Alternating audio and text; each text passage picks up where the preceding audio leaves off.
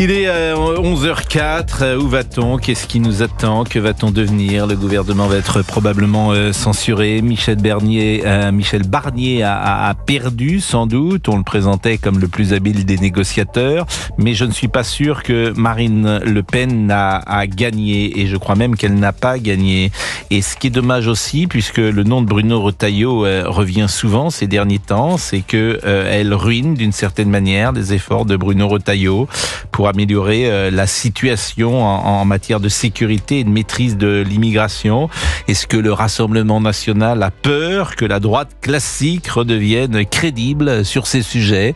C'est une question évidemment que je poserai à Mathieu Vallet, que je remercie. Bonjour Mathieu Vallet, vous êtes député européen Rassemblement national. Mais on va évidemment parler de cette censure qui est annoncée, mais cette question, évidemment, vous ne direz pas que Marine Le Pen a pris sa décision de censure parce qu'elle a peur de Bruno Retailleau. Elle ne l'avouerait jamais, si tant est que ce soit vrai, mais son électorat, je pense, était assez sensible à la personnalité de Bruno Retailleau, et en le censurant à travers le gouvernement Barnier, elle permet, ou plus exactement, elle n'autorise pas M. Retailleau à mener cette politique qui pouvait être efficace. Non, on n'a pas peur de M. Retailleau. Ce qui doit nous faire tous peur, c'est les terroristes, c'est les voyous, c'est ceux que nous on combat depuis longtemps et sur lesquels on a souvent fait des propositions sur vos antennes notamment. Et donc j'estime que réduire cette censure à M. Retailleau, c'est pas honnête politiquement et c'est pas sérieux pour les Françaises et les Français. Et nous, on censure un gouvernement qui propose un budget du chaos, un budget qui va faire les poches aux Français. Vous savez qu'au 1er janvier, M. Pro, grâce à cette censure, la désindexation pour les petites retraites et pour ceux qui n'ont pas grand-chose par mois, et sur votre antenne ils s'expriment souvent, n'aura pas lieu. Vous savez que les remboursements de médicaments continueront puisqu'ils ne seront pas déremboursés. Vous savez que les entreprises n'auront pas 1,6 milliard de charges en plus pour pouvoir continuer à recruter, pour pouvoir vivre économiquement. Vous savez que vous entendez des chefs d'entreprise souvent, ils vous disent que la pression fiscale et le matraquage des impôts, c'est ce qui est leur première préoccupation.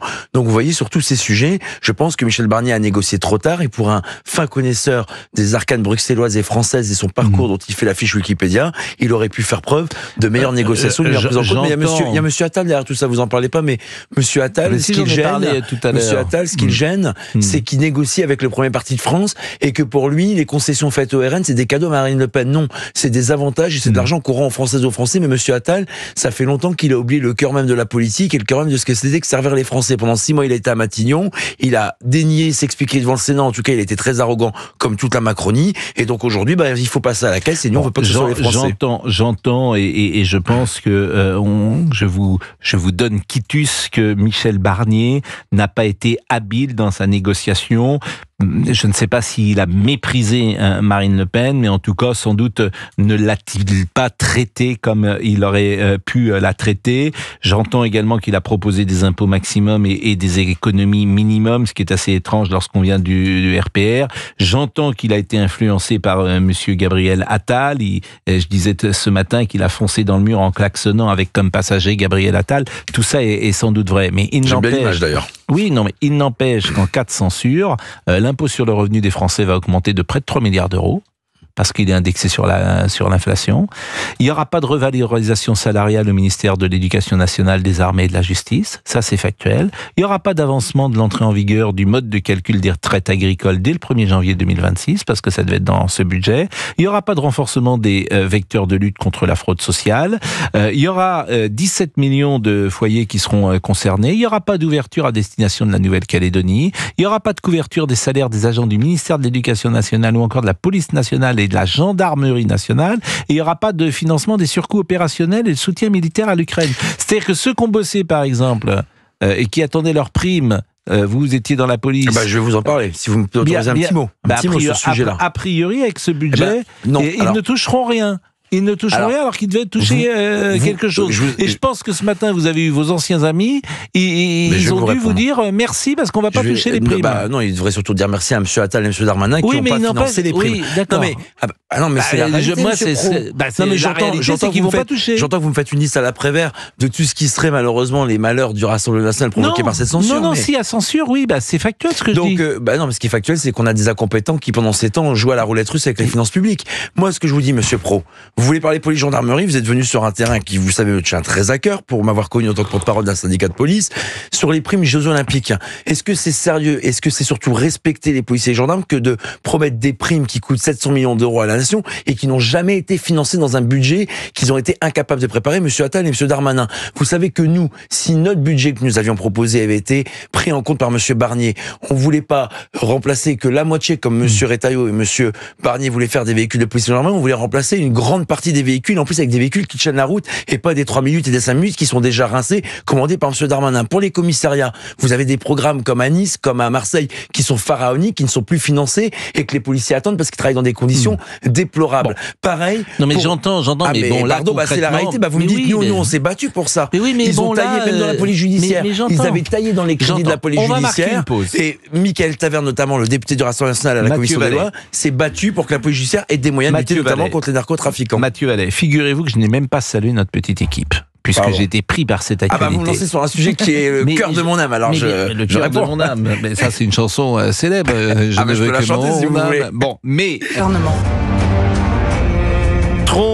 Nous sommes ce matin avec Mathieu Vallet. On aura beaucoup d'invités. À 11h30, Carl Lee sera là. Nous serons également avec Benjamin Morel, avec Franck Louvrier qui viendra nous voir à 12h20. Bref, c'est une émission très politique, bien sûr. Je vous propose d'écouter Jean-Philippe Tanguy, député du Rassemblement national. Il était ce matin avec Sonia Mabrouk. La raison, c'est les censurer. Ces gens sont des incapables. Ils ont ruiné la France à tout point de vue. Sans doute, M. Retailleau n'est pas aussi responsable que les autres. M. Saint-Martin, pendant 5 ans, il a été rapporteur général du budget. Il a validé donc les 2/3 des budgets qui ont créé ces 1000 milliards de dettes, soit plus de dettes à lui seul, avec Emmanuel Macron et ses amis, que tous les présidents de la République, du général de Gaulle jusqu'à Jacques Chirac.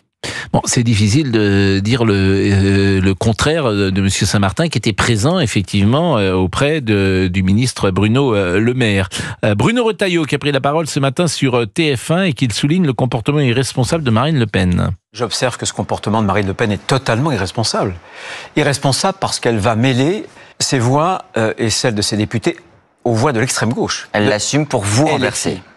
Oui, mais justement, elle le fait en mêlant ses voix à un moment qui est particulier, puisqu'il y a quelques jours, l'extrême gauche et les filles, les insoumis, ont déposé un texte de loi pour abroger, supprimer le délit pour apologie de terrorisme. Rien que cela. Mon sentiment, c'est que vous pouvez aujourd'hui couvrir, comme le sapin de Noël, Madame Le Pen de cadeaux, elle dira non.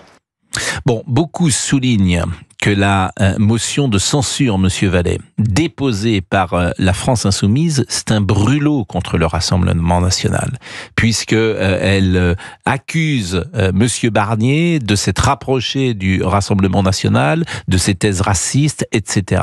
Donc le paradoxe, c'est que le Rassemblement national va voter contre le Rassemblement national d'une certaine manière à travers cette motion de censure. Je rappelle que LFI ne vote pas la motion de censure du RN, alors que le RN vote la motion de censure d'LFI, ce qui est quand même assez étrange. Comment vous répondez à cet argument? Oui, mais enfin, les insoumis, s'ils sont bêtes et s'ils pensent à leur parti avant de penser à l'intérêt de la France, c'est leur problème. Nous, on propose une motion de censure, peu le disent, mais en tout cas, on a déposé la nôtre avec nos arguments qui sont à disposition. Mais elle vous attaque, cette motion de censure. Elle vous attaque. Vous allez voter avec eux alors qu'ils vous attaquent. Donc les gens peuvent être... pas comme ça. Alors justement, c'est pas comme ça. Surpris. C'est pas comme ça. Ce qui nous surprend, nous, c'est que on n'ait pas pu avoir un budget correct pour la France. Mais parlons de cette motion de censure. Nous, le but, c'est pas de faire tomber le gouvernement pour se faire plaisir ou comme M. Retailleau dit, pour que Mme Marine Le Pen soit couverte de cadeaux sur un sapin de Noël. Le but, c'est qu'on a un gouvernement qui nous écoute, qui nous respecte et que nous présenterons une motion de censure dans laquelle on a dit qu'on ferait tomber le gouvernement. Elle est votée, tant mieux, elle n'est pas votée, tant pis, mais on peut pas dire on vote une motion de censure nous concernant et quand les autres la proposent, on ne la vote pas, il n'y a pas de cohérence non plus politique. Maintenant, c'est vrai que certains vont jouer sur le fait qu'on allie nos voix et les assumer. Mais maintenant, je vais vous dire, si demain les socialistes proposent une loi pour avoir des aides financières pour les femmes victimes de violences conjugales, on va la voter pour penser à ces femmes victimes de violences conjugales, on va pas la voter parce qu'elle vient de tel ou tel parti. Non, mais c'est pas la même chose, là, ils vous attaquent. C'est pas la même chose. Oui, bon, alors je voudrais, avant de voter une motion, ça n'interdit pas de les attaquer également. Avant de prendre Émilie, et évidemment des auditrices, des auditeurs vont nous appeler, je voudrais qu'on écoute Bruno Retailleau, et je le dis pour Fabrice Lafitte, c'est le passage, assez mystérieux d'ailleurs, où Monsieur Retailleau explique que la motion de censure n'ira peut-être pas au bout. Et ça m'intéresse grandement que vous me décryptiez ce qu'a dit le ministre de l'Intérieur, parce que j'avoue que je suis circonspect. Écoutons Bruno Retailleau. Je fais le pari d'abord que Michel Barnier, nous parviendrons à écarter la motion de censure. Mais s'il y a motion de censure, encore une fois, ça veut dire quoi? Ça veut dire que les taux d'intérêt français sur la dette française vont augmenter. C'est pas bon pour les épargnants. Ça peut nous précipiter dans la crise. Qu'est-ce que ça a aussi un effet très concret que j'ai observé la semaine dernière quand les taux de la dette française ont excédé les taux de la dette grecque. Il y a des entreprises, des grandes entreprises françaises qui ont perdu de la valeur. Et si elles continuent à perdre de la valeur, elles seront la proie de fonds de pension américains ou étrangers. On perdra une partie de notre souveraineté économique et industrielle. Bon, il y a quelque chose de mystérieux dans cette phrase, dans la première partie de son intervention. Nous parviendrons à écarter la motion de censure. Comment est-ce possible ? Si M. Barnier, ce soir, sur les 2 grandes chaînes où il est amené à s'exprimer, annonce que, par exemple, il renonce à la désindexation des... Mais non, il peut plus changer le texte. Écoutez, le texte, en tout cas, moi, on m'a expliqué que le texte, il est figé dans le marbre. C'est pour ça que j'allais finir, mais ce qui est proposé, ce que nous demandions n'est plus possible maintenant, c'est pour ça qu'il fallait négocier avant. Maintenant, nous, l'annonce que nous avons fait, on s'y tiendra. Donc, je sais pas s'il y aura un tour de magie de Merlin l'Enchanteur qui passera d'ici là, mais plus sérieusement, je ne sais pas comment on peut renoncer. Alors, apparemment, il y a quelques socialistes et quelques élus qui suivront pas les consignes de leur parti, mais j'ai pas la dizaine. Exactement. Ça fera pas le chiffre pour pouvoir pas faire tomber. Il faudrait 68 députés du PS qui se désolidarisent du nouveau Front populaire pour que la motion de censure, avec les voix évidemment macronistes, ne soit pas votée. 68, c'est pas gagné. Alors, M. Attal, il a vampirisé le cerveau de M. Barnier. Peut-être qu'il va vampiriser les cerveaux de socialistes qui atteindront peut-être le chiffre que vous évoquez, j'en sais rien. Émilie, bonjour. Émilie, bonjour. C'est Émilie de Paris ? Oui, Émilie de Paris, oui. Écoutez, je suis content de vous avoir en direct, Émilie de Paris. C'est la première fois que vous nous appelez ? Non, je vous ai déjà appelé. Bon, voilà. Vous êtes une électrice. Quel âge vous avez, Émilie ? J'ai un an de plus que vous. Bon, excusez-moi. On est de la même génération et on se comprend. On se comprend. Écoutez, c'est bien. Si on se comprend, c'est l'essentiel. Bon, vous êtes une électrice du RN ?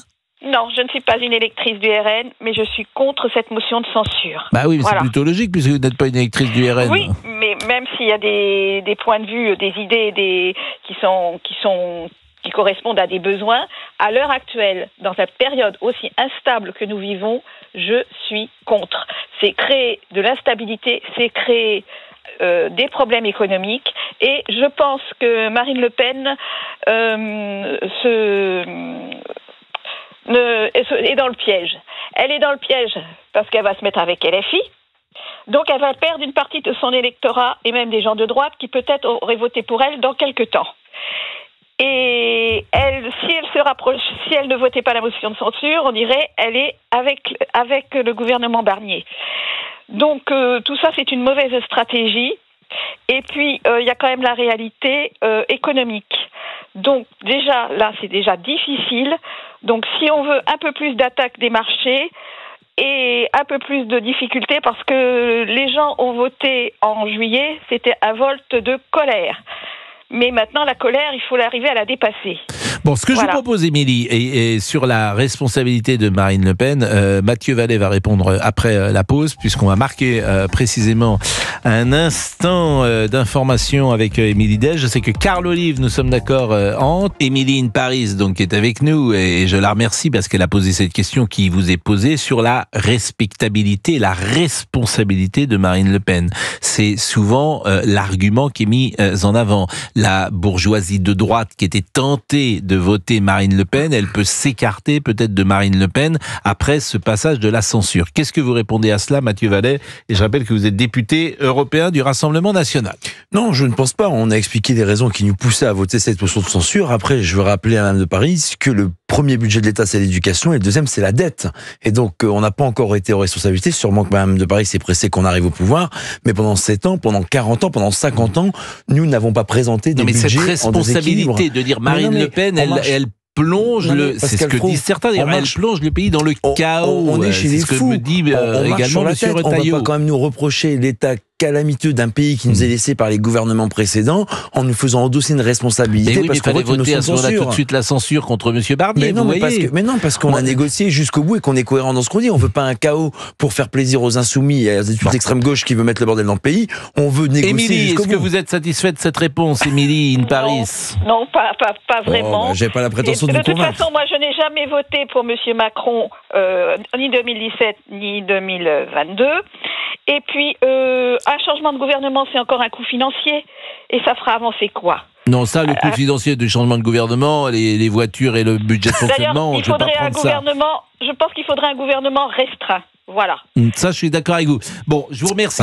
Vous aviez voté pour qui en 2017 et 2022, puisque vous n'avez ni voté pour le Rassemblement national, ni pour Emmanuel Macron? Pour la droite traditionnelle, la droite classique? Au deuxième tour, à chaque fois, j'ai voté blanc. D'accord. Eh ben, écoutez, je vous remercie beaucoup, Émilie. Merci pour l'accueil et à toute l'équipe. Je vous en prie. Merci également à Mathieu Vallet. Vous partez pour Bruxelles ou Strasbourg? Pour justifier un peu de mon indemnité que vous m'aviez évoqué tout à l'heure. Non, mais vous partez pour Bruxelles? Pour Bruxelles, pour évoquer des questions de sécurité cet après-midi.